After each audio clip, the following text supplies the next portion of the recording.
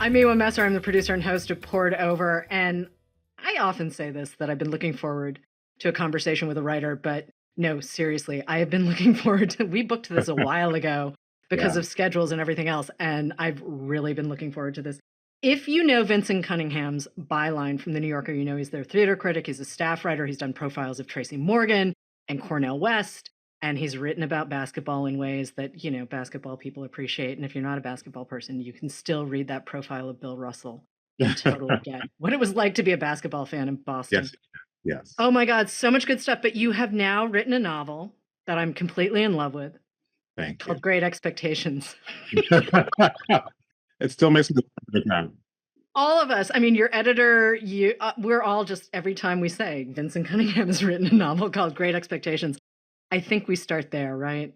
Let's start with the title. We have to. It's one of my favorite things about the book. Mm-hmm. I had been looking for titles for a while. I kind of came into the process of having, sold the novel with one title, and then we kind of had slipped into using another, never feeling totally right about it. And Mm-hmm. listeners may know of the brilliant writer Emily Nussbaum, who was one of my colleagues and friends at the New Yorker. We were at a party together, and I was telling her about my book, sort of based on my experience working on the first Obama campaign in '07 and '08. This, young man kind of thinking his way through this period of like communion with the nation, trying to hold what it means to be a citizen of a nation all at one time, and thinking through every other experience he's had, sort of in trying to really crystallize that experience. And we're at a party, and Emily just says, it'd be really great if you could name a book like that, Great Expectations. And we both laughed and kept on going to the party, but it just like started echoing in my head. And the next time I had lunch with my editor, I was like, should we just call it a Great Expectations? And we both had a big laugh about it. And to me, if I can get away with something that also feels like a joke, but is also, I think, truly appropriate, that's always the sweet spot. And so it's one of the great joys to have to share that title with some other guy you might have heard of. You know, some other guy who I know is canon, but I'm not Russian to reread, and I will totally own that. I will absolutely own that. I thanked Zadie Smith for killing Charles Dickens when she wrote The Fraud. You know, Pretty bold. That was a good move, yeah, right? I'm down with all of it. I just, you know, we owe a debt to the man. That's great, but more importantly, anywhere we can find the funny, I'm good. It's great. I thank him for the title. Yeah, and before I met you, actually, and when you were still just a byline to me, I was thinking about High Cotton, the Darryl Pinckney novel from a very long time ago. I was looking for my hardcover and couldn't find it. So did I buy a new paperback? Yes, I did. I started rereading it and I was like, oh yeah. Oh yeah. But it is that mix of your own personal story. There's some elements taken, obviously, you know, the Sure. Obama campaign, but also, you know, there's a lot about music and the church and having kids and all sorts of stuff, but it is still ultimately a novel. And Pinckney did the same in High Cotton. I mean, Yeah. there are definitely elements of his family and himself in it and his personal story, but, you know, ultimately it is a coming of age story. And I know Pinckney is a dude you really like. I love Darryl Pinckney's work. I've, been it's really funny. The last dinner party that I went to before the pandemic started was at Darryl Pinckney's house. And it was maybe, Oh, I had done an event with him, and it was maybe still only the third or fourth time that I'd ever met him, and I was starstruck by him, which I still am. Darryl has this way of relating experience, either in his reviews at the New York Review of Books, which to me are absolute great examples of the form, where even in his summary, he gets across tone, he gets across history, even before he has dug into the book itself. He's given you a whole context, yeah. often in the sort of world of African American literary history, but in many different directions, branching from that. And in these very just like crystalline sentences, these paragraphs that are composed of these sentences that are not a chain so much as like a galaxy, kind of can swim through these paragraphs. And so his novel, High Cotton, as you say, also his more recent novel, Black Deutschland, were books that I read and reread as I was kind of trying to puzzle through a story that, yes, has something to do with me, but yes, has lots of fictional incident in it as Mhm. well. And trying to create a watching but also a thinking narrator who could sort of take the readers on a journey of thought. Yeah. Which I love because I really do love David, who's the narrator of Great Expectations. I love this kid. I love this kid so much. He's like a little old man, only not. And I love that because he's just Yeah. clearly puzzling out the world. But, you know, Darryl's got this line when he describes Busted in New York, which is an essay collection that, in fact, Mhm. Zadie Smith wrote the introduction to. And it covers Also sort on of, Sankofa in that essay, which I love. Yeah. yeah. But also he, like, it runs from like the 90s into mid-aughts, I think. Very recent. Yeah. Yeah. That's Yeah, right. yeah, yeah. So it's a pretty wide range of stuff. But in an interview, he was talking about writing about what he'd seen that he didn't know he'd seen, and that really makes me think of David, because here's David, like he sort of ends up accidentally working in fundraising for the senator. I'm just going to keep calling him the senator because I love the way you use the nomenclature in the novel. Thank But you. David sort of washes up by accident. Everything's kind of an accident with Yeah. David, and I love that because that's most of us, right? Like, how many teenagers do you know that wake up in the morning and say, I have a 5-year plan? I know they exist. All props to you. I was not one of those people. Neither was I. Neither was I. And it's so interesting because, yeah, I have recognized that rhythm in my life, that it was sort Mhm. of playing out an improvisation. Yeah, Something happens and then you play the changes, as they say in jazz. you totally. you work with what is given. Mhm. There's the given and on the one hand, and there's the willed on the other. And I was raised to regard incident, to regard chance. I was Mhm. raised, and David was raised, this is one way in which we are very similar, that these are not simply chances, that these are, hints of fate, predestination. So one thing that David is obsessed with is, what is the meaning of events when they appear Right, to you as accidents, or stumbling into something great? How should you receive them, and what then is your responsibility and how you live them out? right. Yeah. But where does that sense of fate come from? I was raised in the church, and a lot of thought, especially in charismatic religion. I was raised Yeah. Pentecostal, at least for part of my life. It's a long story, but a lot of time is spent, or was spent when I was a child, at least, on how to see the future, how Right. to, when you're raised to read the Bible, for example, the New Testament and the Old Testament as an instance of call and response, that there are notes sounded in Genesis that only ramify when you get to the Gospels, right? That there is a symphonic structure to events. This Right. is the way I was raised, and a worldview that I've never managed to think or write my way out of. It is deeply embedded in the way that I think about circumstance, and so the novel is on some level about that. We talk about plot, we talk about, instances and inciting events. A lot of the substance of the novel is about what it means to be a person to whom things happen. I think that is, like, if not the foremost concern of the novel, it's one of them. And Yeah. so to have a character who thinks about that a lot appealed to me.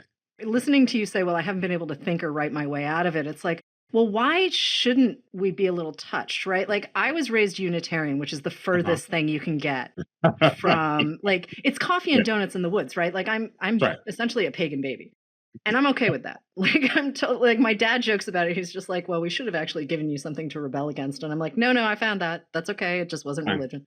Yeah, yeah.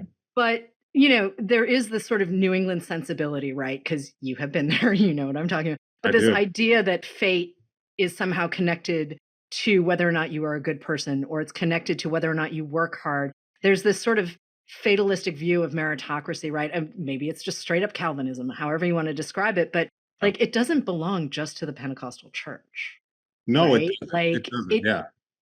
this is the beauty of reading, right? Like, we all bring our backstory to, like, our own experiences to whatever we're reading, right?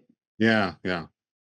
It's part of why I love David so much because he's really kind of like, huh, I'm around a lot of money. This is kind of weird. Okay. Like, watching him puzzle through and just be like, hi, huh, okay. And I'm like, oh, yeah, Yeah, right.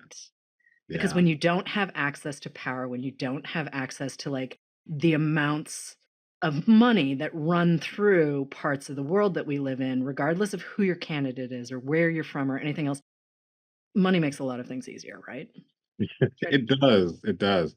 And there's that thing that we do, when we're confronted with something truly new, whether it is money or power or whatever it is for you, what you try to Hmm. do is draw on the bank of other times you've been somewhere close to that. It's like, Right. how have I been taught to think about this? David does a lot of that. Like, Yeah.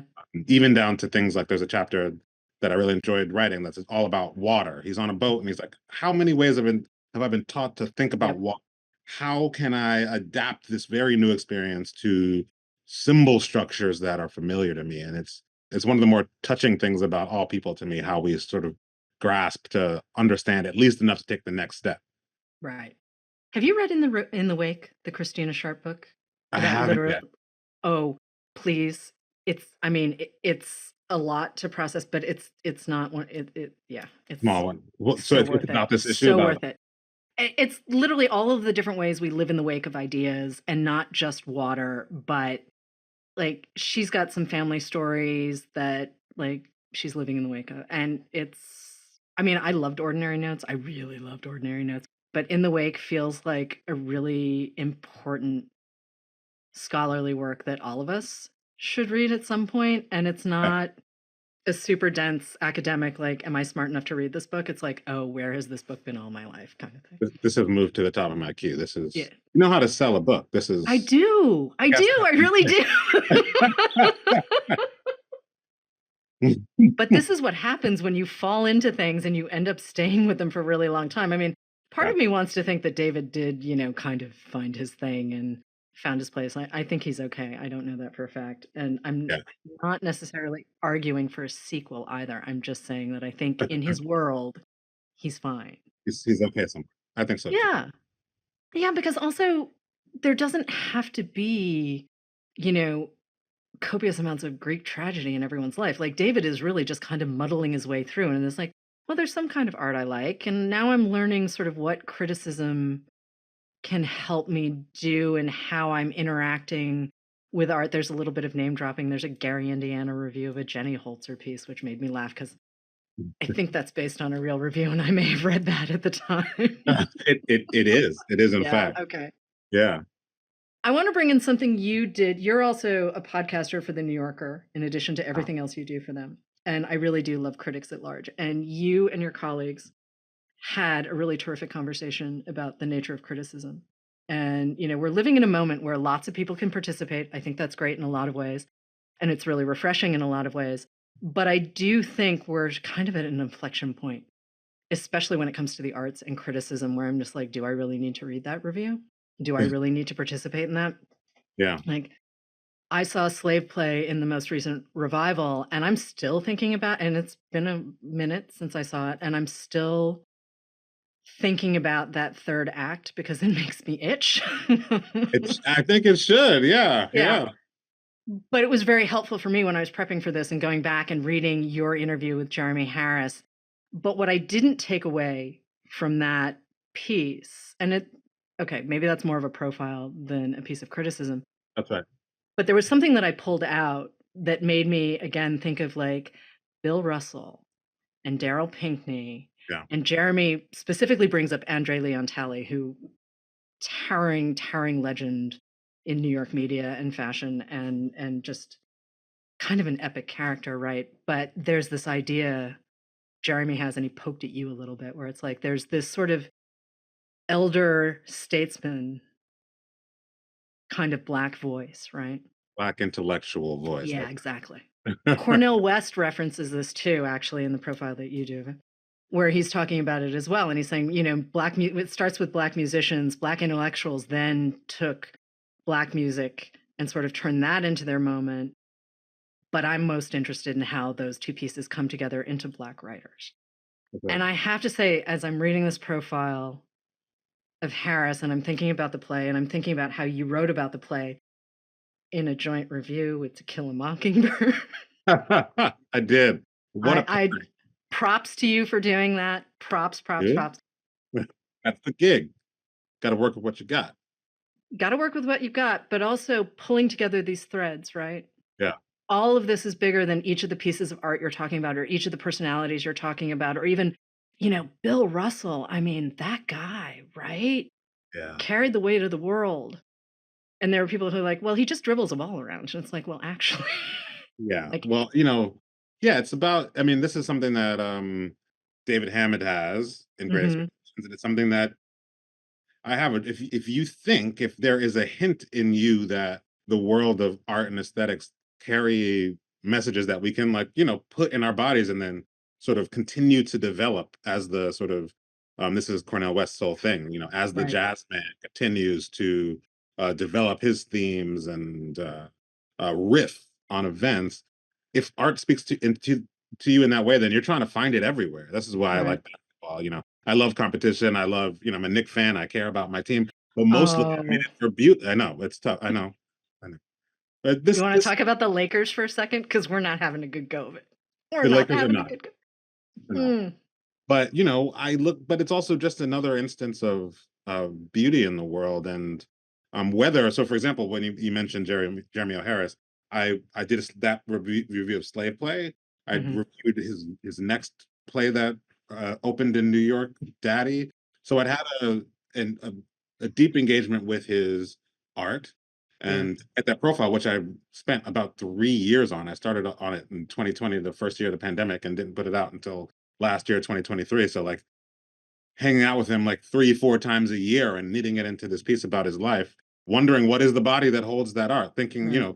the two sides of that veil is something that's always really interesting to me. Or as you say, like Bill Russell, this amazing person whose life ramified deeply in the some civil rights movement and all these things. But he was also an artist, and to be able to put those things next to one another is one of my big hopes, concerns, joys. But watching David do it is a delight.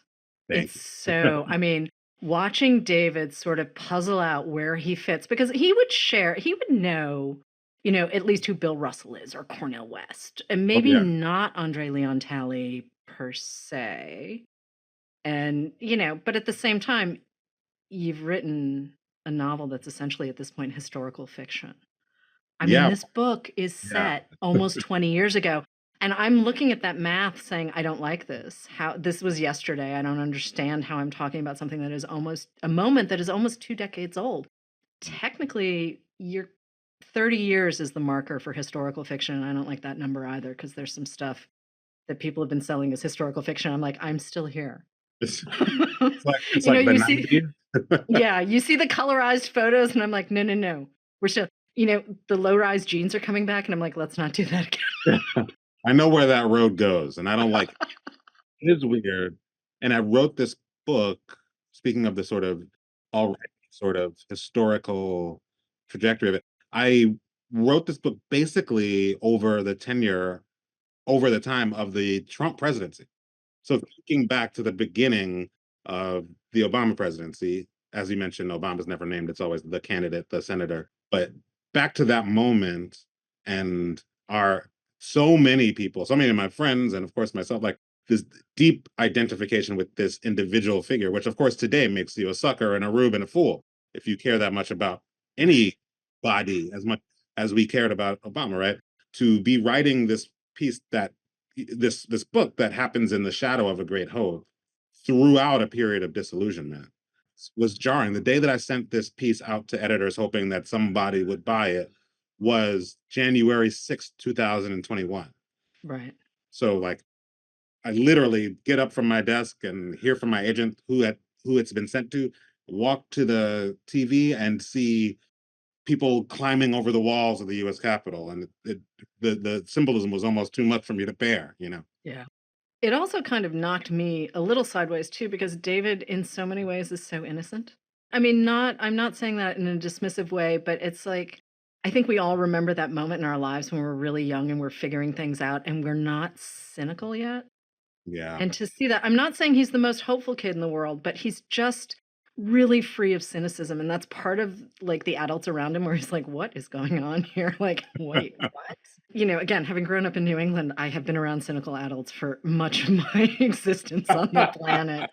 They are manufactured in bulk, and I was around most of them. And you do kind of get to a point where it's like, well, what's the point in giving up, right? Like, why would I give up? Why would I throw in the towel? And lots of people have lots of opinions, and that's fine, and that's part of this conversation and not part of this conversation. I just love watching David figure out what he thinks. Yeah. Well, it's so interesting. Like, no matter what the sort of relationship of, your upbringing to optimism, pessimism, Mm, cynicism, hope, whatever, those of us who survive, like who can decide to persist, whatever yeah. that means to you, are people who, despite all of that, whatever our mood or outlook or whatever, Mhm. kind of, and this again goes to the novel and what plot even means, is people who Right. want to see what comes next, are curious enough about life to be like, I mean, I guess I'll stick around to see about tomorrow because whatever, because Right. maybe life just mystifies me. Maybe it makes me mad enough that I have to change it. Maybe I love, and this might be my affliction. I just love experience so much, just like the details of feeling things, that I love the world despite all of its whatever, Right. follies, cruelties, and everything else. But it seems to me that all of us who kind of keep pushing have this in common, just a desire, a curiosity to see, like, oh, and then what? I wanna go back to experience for a second because for years I've run around saying, well, they're the books you experience and then they're the books you just kind of read. Yeah. And I think that's so important because you've talked about this too in the context of criticism, right? Like a critic, first and foremost, loves experience. And the way you catch the details, and I'm not going to go into the litany of stuff, but like there is, there's a campaign volunteer who lives in a trailer in New Yeah. Hampshire and has COPD, and just these levels of detail. And then, of course, Beverly and her son Thad. And like, then there's some other folks that David meets where you're like, oh, okay. And it's Yeah. just this little bit of detail, and I feel like that comes out of your background in journalism, like you just said you spent 3 years with Jeremy O. Harris, like, I've read that profile, there is a lot Yeah. of detail in there, but it feels like it's very much David, again, figuring out, like, what his deal is and what matters and what's worth noticing. Yeah. Because then he goes back later and he's like, "Oh, how did I miss that? Mm." There's a Yeah. lot of, I sort of feel like David's pulling himself up constantly going, "Ooh, what just happened here?" Yeah. Right. Yeah. I think that's totally it. What matters, what details, what, like, visual, tactile, whatever they are, have to Mhm. offer us in terms of meaning. And so Yeah. David is in a new environment and approaching the world almost as a detective might, Yeah. entering rooms and casing the joint, as they say, what's on the walls, what's on the shelves, what does the observed or the described have to do with the sort of what about essences, that is, like, what do surfaces have to tell us about spirit? It's a very now moment kind of thing to hear you say what surfaces teach us about the spiritual, right? Because I feel like we're living in one of the most shallow moments in our collective history where I'm just like, okay. Yeah. My eyes get really big. Now, granted, I love a good book jacket, and Great Expectations has an amazing, amazing jacket Another great. that I'm really expecting people to want to touch. But the way we learn about David's experience, and also David is a very young father. He is a junior in college when his daughter arrives. He's figuring out how to be a parent when he's not. His mom does the best she can with what she has. Yeah. But he's figuring out some really sort of complicated territory. I'm going to be a little gentle about it because he is a baby himself. I Yeah. cannot imagine. Honestly, I'm like, ooh, I didn't even have a dog then. Like, that's a whole different thing. Yeah. But I want to talk about masculinity and parenthood and figuring out how to model behavior when you don't have it right in front of you. I mean, David is figuring out a lot of stuff. Yes, he has a great education, but that's a little fraud. He has a great mentor in Beverly, but she's a little fraud. How do we go into this space without suddenly turning into, a polemic on respectability politics? Yeah. Yeah. David is obsessed with father figures, is Yeah. has built up ideas of masculinity, as you say, but also, leadership, fatherhood, manhood, from others, has sort of Yeah. used other people as individual facets of a great kind of collage Mhm. of um, what it means, yes, to be a person, but also I think specifically how to be a man, which has always been a problematic question to ask, let alone to answer. And sure, when things happen to you that accelerate these, Right. you child. I had a child when I was young. They hasten the urgency of these questions. Mhm.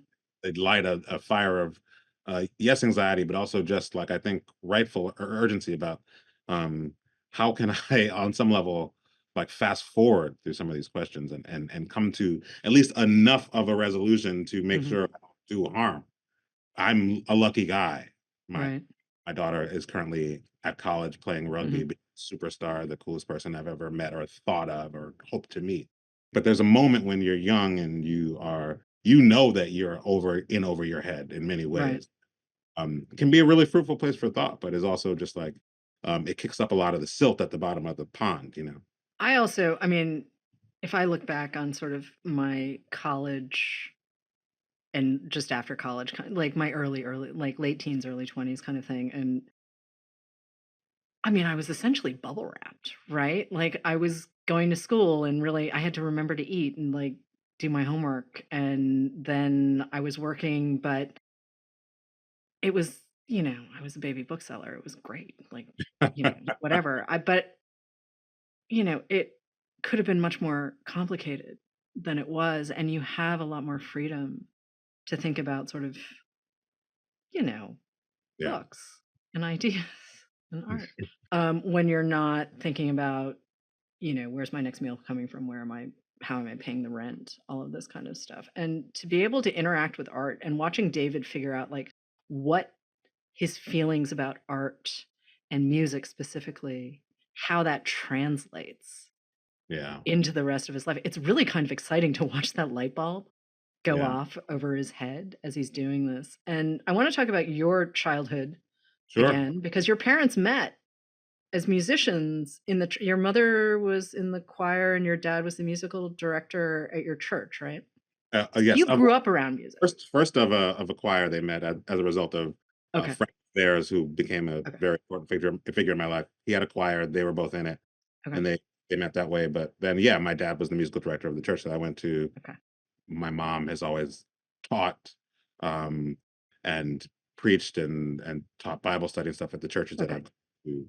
So that has always been, and I sang in churches all my life. So that was that all sort of definitely contributed to my thoughts about art. First of all, that art Mhm. is um, at once a thing in itself, but also a useful thing, a place, a sort of locus of not just community, but also a place for thought, and is useful for us Right. in the way that like congregational music is like the sort of notion of singing along and bringing all Mhm. of our experiences to the creation of the one thing. One of the ways in which I still think about art. But it does also knock you off your feet a little bit, right? Like you do to a certain extent, right? You grow up with a certain set of hymns. I'm just going to use hymns as an Sure. example, right? Like it depends on the denomination, whatever. Like I also can't hold a tune, so I'm treading gently here. I have musicians in my family who are Yeah. very good. I sing Dogs Weep. I just like I don't have a karaoke gene. Like I just like that is Yeah. oh, it's bad. It's no. And my brother has almost perfect pitch, and he's like, "I need you to just stop." I'm like, "Okay." That's hilarious. And it's fair. Listen, I mean, I wouldn't want to if I had perfect pitch or close to perfect pitch, I would not be so great about that either. But there is a cadence and a language and a repetition. I mean, really, music is a language, right? Yeah. It is, and it what it does, and even if you don't grow up with this kind of thing, for me, grew up with like the great Protestant hymns, all Right. hail the power of Jesus' name, or come thou fount of every blessing, all these things. If you don't have that, you have something in your life like this that creates a kind of canon in your mind. Right. Whether it's like the American songbook, with Yeah. Yeah. Camptown Ladies or something like this, something in your mind that you then again carry in your body and can variate upon in your mind, like a ground for improvisation, something that like you know somebody could call and you could respond in a new way. This like balance between the old and the new that we all sort of struggle with in terms of you know, what we already know and what we hope we might know in the future. That sort of that body, that corpus, especially the hymns, because I love the hymns. We sang a lot of hymns in my growing up, has always represented that hope that like somebody could sing this old song a new way today and change my mind about something that I thought I already knew. That is, I mean, that is the reason to do criticism. It is the reason to try to make art. It's the whole thing. Yeah, you have this great line about how criticism should make you feel, or at least for you, great criticism makes you feel like you're glad to be alive at the same time as the thing you're writing about. And I'm like, yeah, great books, man. Great That's it. books. I absolutely like, I get so excited when I read something that I just know is the thing. And yeah, you really know it when you see it. Like, Only there's only one way is to experience, right. To participate in the thing. to be there. And the writer is the writer, the critic, the poet, whoever Hmm. it is, the great bookseller. That's the person who experiences something and just doesn't want to let it go. Like that's what I mean by loving experience. Someone who doesn't want the flow of time to stop them from kind of pausing and that act of contemplation. David's the kind of guy who walks around and looks up at statues and engages in long reveries about them. A sort of deep love of life to me is the. I know that sounds cheesy, but to me, it's the originary impulse of everything that I do is just trying to slow down experience. But if you think about seeing a piece of art that really, whoever it is, right? Like I love Richard Serra's sculptures, but the first time I saw Mademoiselle d'Avignon, the sort of epic Picasso painting, I was like, oh, now I understand why people are so excited about it because I'd only ever seen it reproduced in a textbook. And that painting does not, like, the colors don't catch the Right. energy of the paint, like, nothing catches, and you're like, that's just a bunch of weird shapes. Like, I don't get it. Doesn't matter. And Yeah. then you see it in front of you, and you're like, oh, oh, right. And you Yeah. kind of do need to be standing in front of the thing. I mean, when you see street art or hear musicians, like, you don't have to necessarily be in a rarefied space, right? Like, That's right. I was recently at the MFA in Boston for the first time in a really, really long time. It's so tiny. Yeah. Oh, the building is physically very small. And I was like, wait a minute. Wait, what? And Yeah. so to even have that, knowing where your body is in space, right? As you're looking at a piece of art and you're like, oh, uh, Yeah, I love this about art is, number one, once you do have the experience, as you mentioned, whether it's going to a rarefied space or whatever it is, right. and it colors your life not only in the future but in the past. It Yeah. changes the way you organize your own experience, and on some weird level, it like extends your own life, right? Like Yeah. makes your life something that you can reconsider and sort of expand on these two tracks, the life of art and the life that we all sort of move through in these weird bodies. But the other thing, I love this issue of just like where you see art. John Berger has this Yeah. essay Yeah. of in it's called Between Two Colmars, and he goes to see the Grunwald altarpiece, this great sort of opening cabinet triptych of the crucifixion. He goes to see it twice, 10 years apart, under very different political circumstances, sociological circumstances. And the way he, after the tumult of the late 60s, goes back to see it and noticing the light coming through the window, the sort of total sensorium, not just the artwork itself, but everything that was happening when you saw it, how it can change meaning. That's part of the reason I'm so interested in criticism and I'm so Hmm. interested in putting the critical mode into Hmm. a novel that says it will change your life, as the poem promises. Like this will change your life if you let it. That to me is a great promise, and it's also a great threat too. It's like get ready because you won't be the same, not even just in this moment, but the whole way you analyze yourself and your life must change if you open yourself up to art. And watching David have access to different levels of art, right? Because obviously he's working through different levels of society as we go through this. But watching him watch the world Yeah. and figure out what these different pieces mean to him, it's really exhilarating. Even, yes, the novel is very internal, and that's high Novels are designed to cover passage of time and interiority. That's That's right. what the art form is for. And I love the fact that I get to sort of roll around in the back of this kid's head as he's going, huh, yeah, oh, it's so fun. But I know we've talked about Darryl Pinckney being an influence, and obviously you've spent a lot of time with some of the great creative minds out there, and certainly Cornel West, who is just Cornel West. Like, how do you describe Cornel West No beyond matter what. no, two names, Cornell and West, and That's it. you should understand what that means. But can we talk about other influences on Sure. you as a writer and a journalist and a critic and just a thinker? Sure. I mean, one, as you mentioned, is music, both sacred and secular. The next book I write will be about R&B music and that, you know, gospel and R&B music. I've always thought of like, when I'm trying to make prose that works, I'm thinking of a kind of songfulness, not only a musicality of language, but the Mhm, way that songs recur and repeat and mhm, vary based on an initial, whether it's a melody or idea, concept, is something that I've tried to carry with me my whole life. My one of my favorite singers is David Ruffin, the the lead singer of the Temptations, and mhm. that rasp is something that I've been trying to get into my prose for forever. A novel that I thought about a lot while I wrote this book was James Weldon Johnson's book, Autobiography of an Ex-Colored Man. Um, Okay. James Weldon Johnson, great poet, he wrote a great sort of jazz-inspired book, God's Trombones, song-inspired book, poems, God Trombones, but also as the writer of the what we call the Black National Anthem, "Lift Every Voice and Sing," Mhm. um, and then was also a great statesman. He was the ambassador, or I think they called it consul at the time, to Haiti. And actually during that time, during his political career, as he's abroad, he writes this book, which is most people would call it a passing narrative. It's about a black man who, through the world of art, he's a talented pianist. He's light skinned and drifts further and further from the race to the point that he's passing as a white person. Right.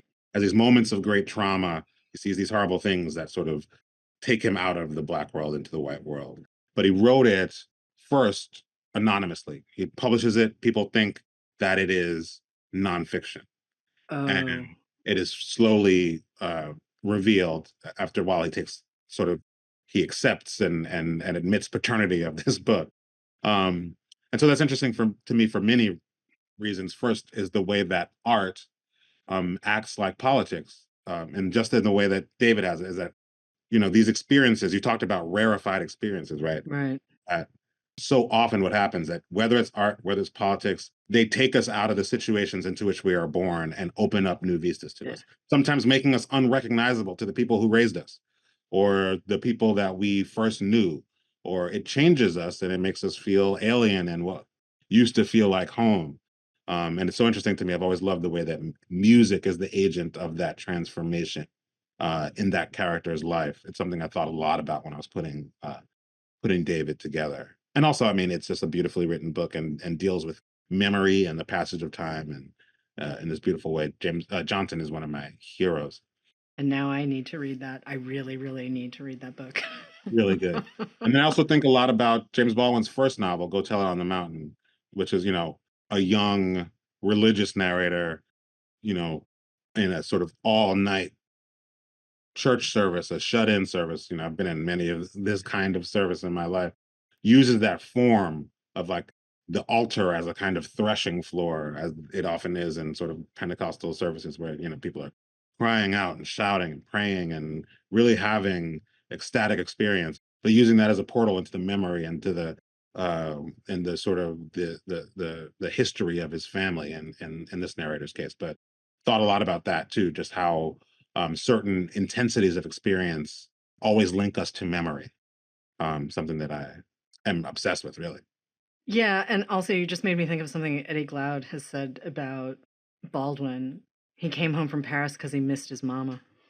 You know what I mean? Like, that memory is not to be underestimated, and memory is the thing that we carry into whatever art we're interacting with. Memory can be a physical thing, That's right. You and I were talking about this briefly before we started taping, but David fits into the world of American Fiction, that Cord Jefferson movie that I'm really hoping does well at the Oscars. David would fit in with those with that family immediately and in that world. And there's a scene where Jeffrey Wright is sitting in his childhood bedroom, and there are two lacrosse sticks Yeah. stuck up against a chair. And it might even be one of those black sort of academic chairs, with the school logo thing happening. I can't Yeah, really, yeah. but it felt like that. And that snapshot right there sort of captures, the isolation, certainly, of being a Black or a brown person in that kind of community, right? Like, and thinking about David moving through this new world, Yeah, he's isolated in a different way. And yeah. part of it is lack of experience, right? Like, he's just kind of figuring out the world. He's like, what? How does this work? He's a little bit of the RCA dog. What's going on here?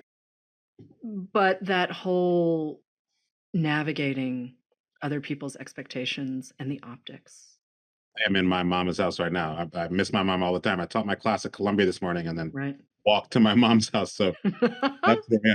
And even that moment, it's so interesting how film can connect, you know, fiction to also personal history because Jeffrey Wright himself played lacrosse in college. So just like the way that you can these currents, of memory can flow in so many directions through art. But yeah, one thing that, the only difference that David Hammond, my protagonist, has Mhm. from Thelonious Ellison, the protagonist of, and by the way, Cord Jefferson, I know him. He's a great guy, former journalist, so I feel very Oh, protective of him, and a lot of my friends, we all kind of are rooting for Cord so much, but the only difference is that Ellison is something that you don't see that much in even though in American fiction, not the title of the, right, right, right. but We're in talking the about the larger thing, yes. which is like a truly middle class black man. Yeah. He grows up in a house where there are servants, and on some level is resentful of the idea that something else would be his origin just based on the color of his skin. Whereas David, like myself, I think on some level, because of education, because of art, because of this new experience of politics, sort of entering that milieu, David would meet someone like Thelonious Ellison and be like, "Wow, a bougie black man." I when I met those people, they were exotic to me. Yeah. Jack and Jill black people who Mhm. grow up going to Sag Harbor, a milieu that Colson Whitehead. By the way, Colson Whitehead's Sag Harbor, how he deals with his own Oh. memory, and is another book Mhm. that really did sort of help me think through this book, and I admire Colson's work so much. But somebody like Colson, like a upper middle class black kid who probably paid full price for his private school education while I was like a scholarship kid. Like to me, when I was younger, those distinctions mattered a lot. Right. Um, so it's interesting to see that milieu all of a sudden have its moment through Cord, through Percival Everett. It's really interesting. I will take all of it. I also love the fact that Sag Harbor was Colson's fourth novel. Like, he'd done a bunch of other things, and he's like, "Okay, now maybe I'll write the one that, Now I'll use it. some people would start with." And then we eventually get to Ray Carney, and I love those Ray Carney novels. I, I'm so I love desperate for volume 3. So desperate, and I get it. He will get it when we get it, and all props, it. but Yeah. I love walking around the city with Ray Carney. I I, love that character I so, talked so with much. Colson at the 92nd Street Y about the Yep. first one. And just even to see him read that book, just this sort of the showman's flair. Colson, is such a deep thinker, but also such a great entertainer. Those books are so great for that. But it's also, why can't Black writers write about whatever they want? Like, you don't necessarily, and this is something obviously that Percival takes on in Erasure, like, you don't necessarily have to write a trauma narrative. I mean, you don't have to at all. And Why can't you just write a thing, you right? just Like, write a thing. why can't you just write a thing? Yeah, yeah. I hope to have written a thing. That we should Yes, put you have written a thing, my friend. that should You be have a totally blurb in written a my book. thing. A thing. Yeah, but I mean, that's part of why I love David so much, because he's just a kid. Yeah, He's just a kid. He yeah. doesn't have to be extraordinary. He doesn't have, like, he falls into all of this stuff, and I'm like, that could be any one of us. That could Yeah, absolutely be any single one of us. yeah. Walking around, stumbling upward character Mhm. is something I still think is underrepresented in fiction, and it's something that I'm really interested in. and it happens to be the only way that I've ever known how to experience life. So you know, I'm doomed to it either way. It feels a tiny bit, though, of how you ended up as a critic. Sure. I mean, if you're walking around noticing stuff, right? Like you're noticing all of the stuff that no one else is noticing. I just interviewed Brad Gooch actually for his biography of Keith Haring, which I highly, highly, highly recommend. Oh, I Like, can't wait. I can't wait. especially you grew up in New York, so like you Yeah. have a feel for a lot of like you really it's also a book for people obviously not from New York, but it made me sort of sentimental for a New York that absolutely does not exist anymore. And I say this as a person who lives not far from a mural that I thought the city had just had commissioned after Haring died. No, actually, apparently he painted it. It's like, oh, so much I don't know about my city. But to have that kind of energy and capture that moment, but to make art accessible for Yeah. so many people. And like, I knew about the chalk drawings and everything. And I was very sort of young when it was happening. And my dad was here in New York, but I wasn't in a place to catch them as much as, other people have stories about, oh, yeah, I saw that or I didn't, And I'm like, I heard about it. I thought One it thing was about great. living in New York is always feeling like you missed the big moment. Yeah, right. Like everybody thinks like they came along 5 years too late, right? But the serendipity, right? There's a lot of serendipity for David as he sorts stuff out. And I think there's a lot to be said for that. I mean, if you Yeah. can keep your mind open, maybe even your heart a little bit too, but I'm a New Englander, so we're not really allowed to talk about heart because that No, confuses no people. hearts open. Yeah. But to be able to walk through the world and actually see what's in front of you and then ascribe a meaning to it instead of saying, well, I'm looking for meaning and everything. And I know David's sort of fuddling around with fate and what that means and everything, but that sounds more like a function of youth, Sure. Yeah. right? Like, I'm pretty sure that David has like, you know, he's not a tarot card kid, but he's I get it. You're looking for direction. You're looking for someone to say, "Hey kid, this feels weird. I know you're not comfortable. Maybe you should try something else." It's kind of not really how life works. And Yeah. Yeah. you're not going to find that out at 20 or 21. That's right. The search for signs, it's a noble thing, but sometimes it's very doomed. But as you say, this sort of openness to serendipity. One of the titles of Marilynne Robinson's, she's got an essay collection on the more recent side, and it's called "The Givenness of Things," and just how scenarios, problems, challenges are given to us. And Hmm. there is, I think, an art in life, but it's not one of the primary arts. It's not like a Promethean thing where we just come bearing fire. It's like the life of art is a juggling. Is a catching the whatever somebody from the crowd throws onto the stage and seeing what we can do with it. It's about that givenness. Often like that feels like an aggressive givenness. Often the thing does feel thrown, not given. That to me is at least what I'm interested in about literature, and I'm interested in about life. And that givenness too, our ability to connect the dots beyond the thing that's sitting in front of you, Yeah, right? yeah. Like to be able to, I mean, I had a really good time sort of as much as I was horrified that you've written historical fiction. It was not that long ago. This was Yeah. not that long ago. It My really next was one will be like not. my next one will be like about today. Okay, well, thank you very much. But I mean, sometimes age sneaks up on you and you're just like, what just happened here? But being able to dip back into a moment in our collective history where things were familiar and not, because I'm so past David's age where I'm like, oh, right. Yeah. That I think anyone coming to this book gets to have a different experience depending on where they are in their moment. And David really is a fantastic stand in for any of us at any point. As long as you can stay Yeah. connected to whatever your youthful experience was. I like this kid. I really like this kid a lot. Well, I hope other readers will like him too. I thank you. There is something about youth that I think we all, again, those of us who kind of survive with our curiosities intact, we all experience, this thing of life is this great, great swirl, and art is cutting shapes out of that great chaos, and Mhm. a telescope into the aspects of it that, feel meaningful to us. He's somebody that's trying to do that, and so I'm glad that you were in it with him. Absolutely, completely, and I have to say, Better David than me being in New Hampshire and California without a driver's license. I know. That's still my Vincent, that was a little mean. That was the only moment where I was like, really? You're sending him to the woods with no driver's, which of course he's not going to have a driver's license. But I was like, oh, okay. I hope the other kids are nice to him because he's going to have hard. And I say this as a person who takes the subway in Los Angeles. So like, Yeah. but still, at the time when David is in the world, Los Angeles would have been harder without a car. Yeah, well, again, here's where David and I are a lot alike. I still don't have a driver's license, so I know the struggle. I'm in it with. You'll be fine. I promise you'll be fine. And actually, I sort of miss driving, but I sort of don't miss driving. So we do what we can.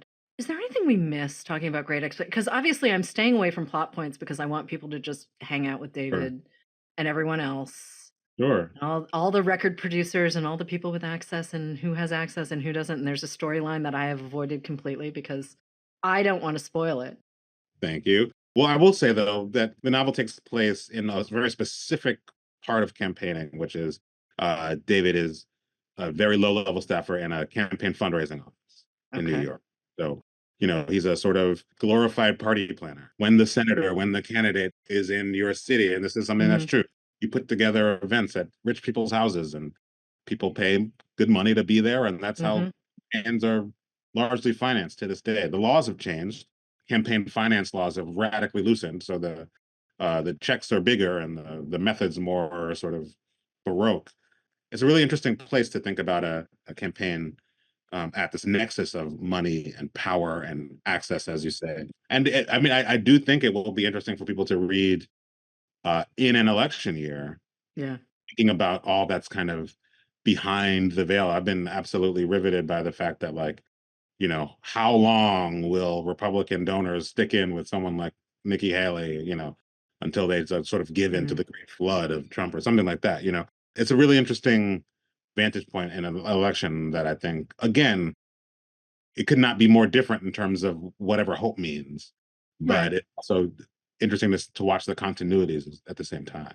I'm looking forward to having Great Expectations out in the world. I'm smiling just as I think about this book. I really it's also a really good audiobook. So I've read it in print and I've also listened to it. If audio is the thing that you do, I would say Great Expectations should be very high on your list. Also, critics at large, you've covered John le Carré, you've covered Mean Girls, which I will own it. I was like, okay, I'll listen to you guys talk about this, but I am not consuming that movie. That's right. Well, sometimes we just lay ourselves down on the altar of art and go see something that you don't want to see, but you still might want to hear us talk about it. Yeah, Critics at Large from the New Yorker. It's wherever you listen up to podcasts. It's been, we started it in September and it's been great. Just to talk with Nomi Fry, my co-hosts, who are wonderful people, and now I get to see them every week. And just another way to do criticism, I think worry that we all have about criticism and who's listening to it, what it's for, trying to address that by hitting it from another angle. It is really, you're great to have in the ears. I will say the three of you have great chemistry and great energy, which is fun, but also I like to be pushed in new ways sometimes to think. I mean, actually, I think it was Nomi. She was talking about how she'd read something where art as defamiliarization, and I was like, oh, it's true, but the idea that art can knock you off balance a little bit, right? Like, you can find the thing or you can bring your own story to it, but it can also knock you off balance and make you not quite so sure of what you thought. Yeah. And that's sooner. I mean, it's great. It's great. And that's how David is, it's like someone who almost purposely lives his life off balance in that way, hoping to be buffeted and tossed around by a new experience, so that's totally true. Vinson Cunningham, thank you so much. This was so much fun. Can we do it again? Can you get that R&B book going? I mean, I realize all I have to do is write another book real fast and then we'll do this again. Okay, great. Totally works. Thank you so much. Now I have a reason.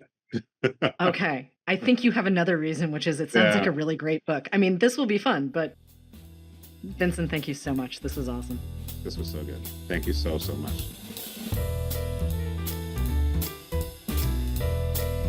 Thank you for listening. Poured Over is a Barnes & Noble production. To help other readers find us, please rate and review the show wherever you listen to podcasts.